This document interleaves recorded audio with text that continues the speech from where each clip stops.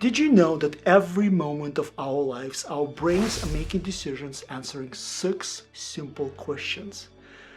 We all know what these questions are, but because this Q&A happens so fast, we don't notice what went on. And because it happened in a blur, I feel like I don't have a chance to participate and be deliberate about the answers. I'm practically a bystander while my brain is making decisions for me. And you know what else? Boiling this down to a very primitive level, every decision is based on only 2 main factors. Is it safe or is it unsafe? Because when we're choosing between A and B, our subconscious is analyzing all the important cues that we are observing, past and present experience and feelings associated with that experience to make it safe or unsafe. I feel like it's a 1 or 0 choice. Here's the famous quote by Carl Jung: "Until you make the unconscious conscious, it will rule your life and you will call it fate." It's really disturbing, isn't it? My personal interpretation for this is that I can't truly decide between A and B until I sort out what hides in my subconscious and really drives that choice. Because I know that by default, my subconscious will compel me to stay comfortable, stop me from taking any risks, and to please everyone. So wouldn't knowing this make the solution simple and straightforward? All I need to do is just to have some sort of intentional rather than emotional response to my decisions by understanding and analyzing what drives me on that subconscious level. And then I need to bring it into this reality and everything will solve itself.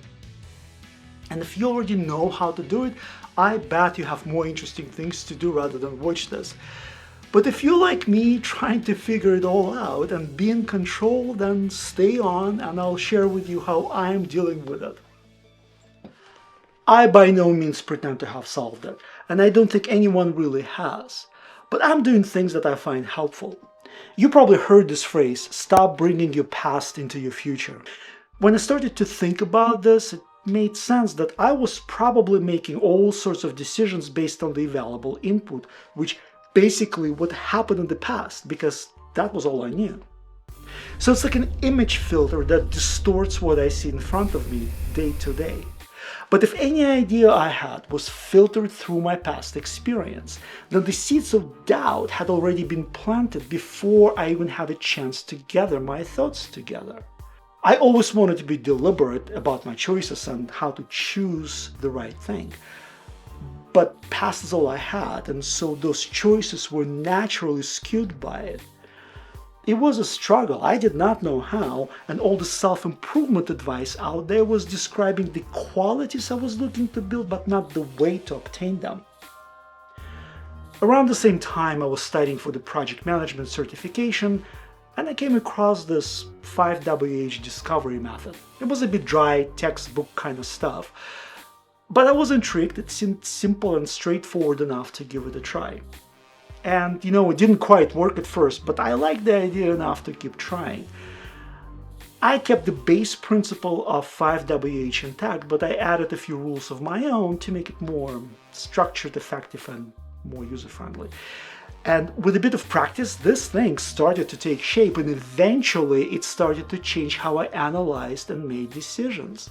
And after a while, 5WH became my default system to clarify not just personal ideas and work projects, but anything where I faced uncertainty, complexity, doubt, or even anxiety.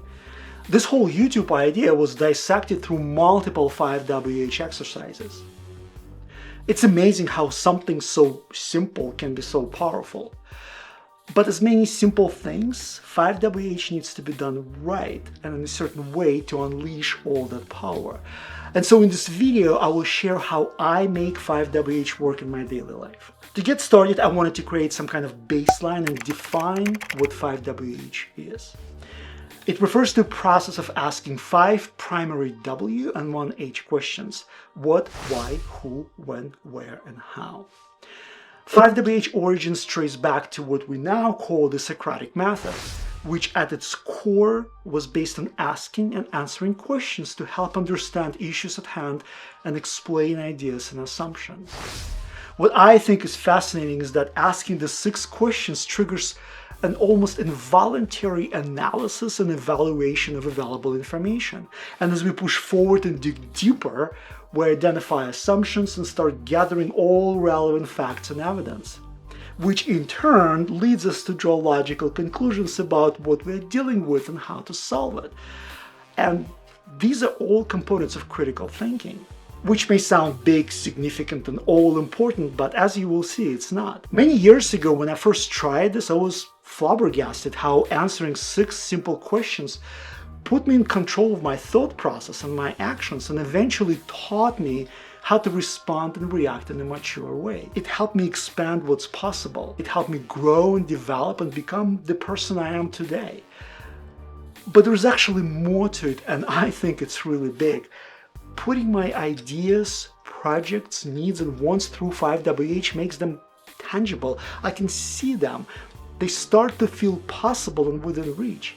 Simply put, the level of detail that I'm gathering and putting through 5WH allows me to imagine and visualize what I'm creating. All right, now let's get into the practical aspects of 5WH. I want to show you how I do it so you can follow me.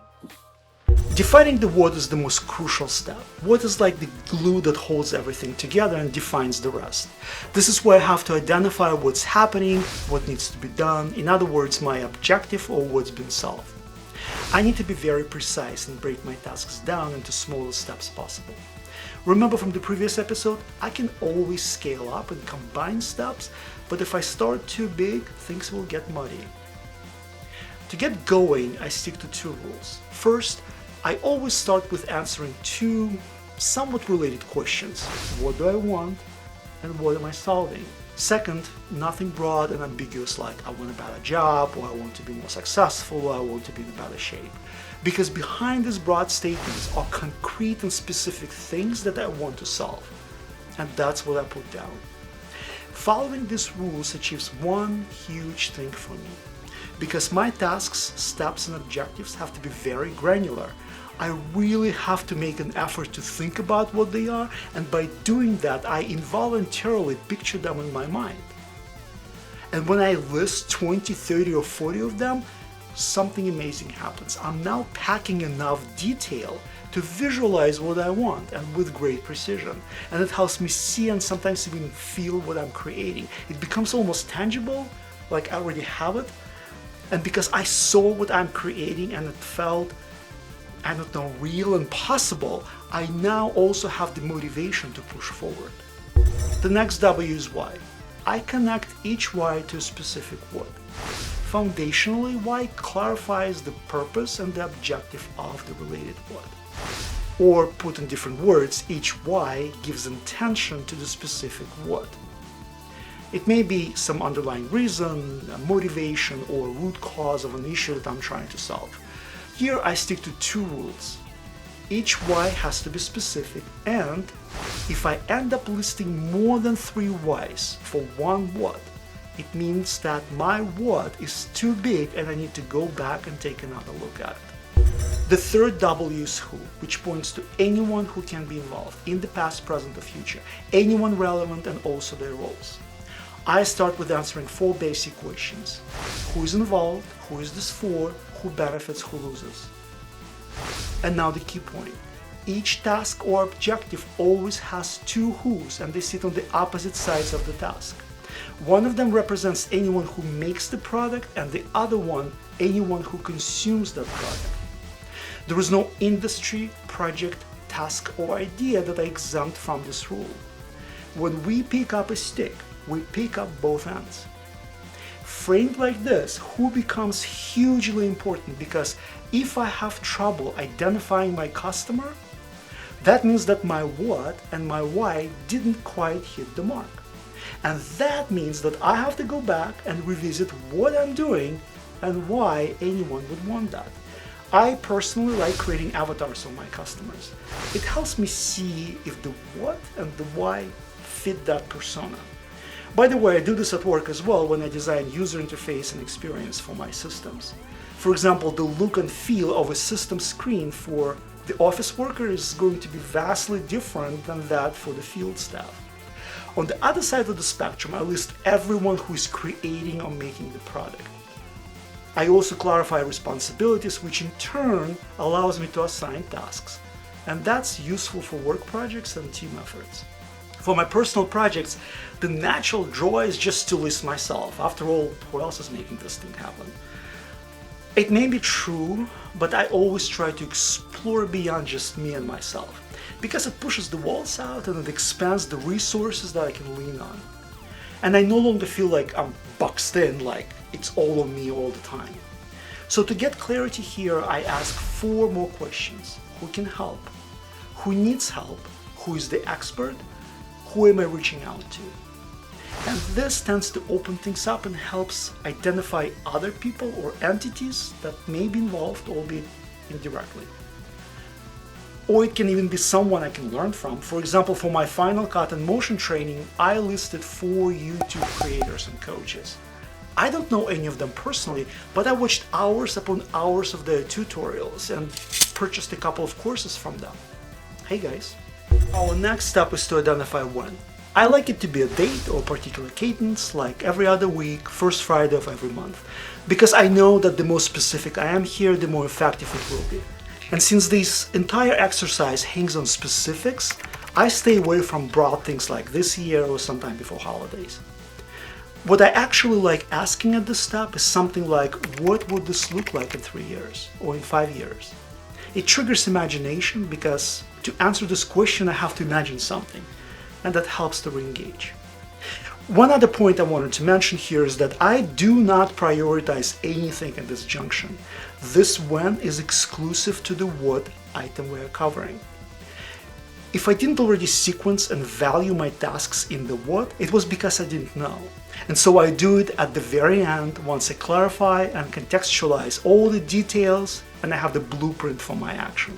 Now let's look at the where. This is the only W where I like to be less direct. Of course I'm working in this room, but that doesn't get me very far now, does it? Besides the obvious, to me where can be a community, a business, an app, a device, a social platform, anything. A lot of the time the answer is evident, but if not, I ask a few questions to get my imagination warmed up. Where do I get inspiration from? Where do I get additional input? Where can I learn about this? Where can I share my ideas and receive feedback? For example, for my YouTube channel, I film in my studio at home. I create my content in Final Cut, Motion, and Pixelmator.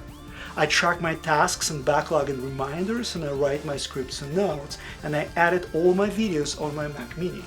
I get inspiration from my favorite YouTubers, from art and graphic design magazines and websites. And how about asking, where do I see myself or my project in 3 years? By this point, the visuals come alive because I already know so much about what I'm doing. And lastly, the big one, the how. There aren't questions to ask here. Typically, if I stick to my script and my own rules, detailed, specific, and honest, then the action, how to do it, will be obvious. But sometimes it isn't. I've personally experienced 4 main reasons for that. Reason number 1, the solution is there, but it's not a realistic one. And this is where the voice in my head goes, yeah, right. 9 out of 10, this means that I was not completely honest with my answers, meaning I held something back, and my W's were based on what I should do, or because it is a responsible or adult thing to do rather than what I want to do. Reason number 2, it appears that I have multiple options to act to execute. And that's a good one to have, and I solve it by choosing the simplest and easiest option. Remember, we can always scale things up.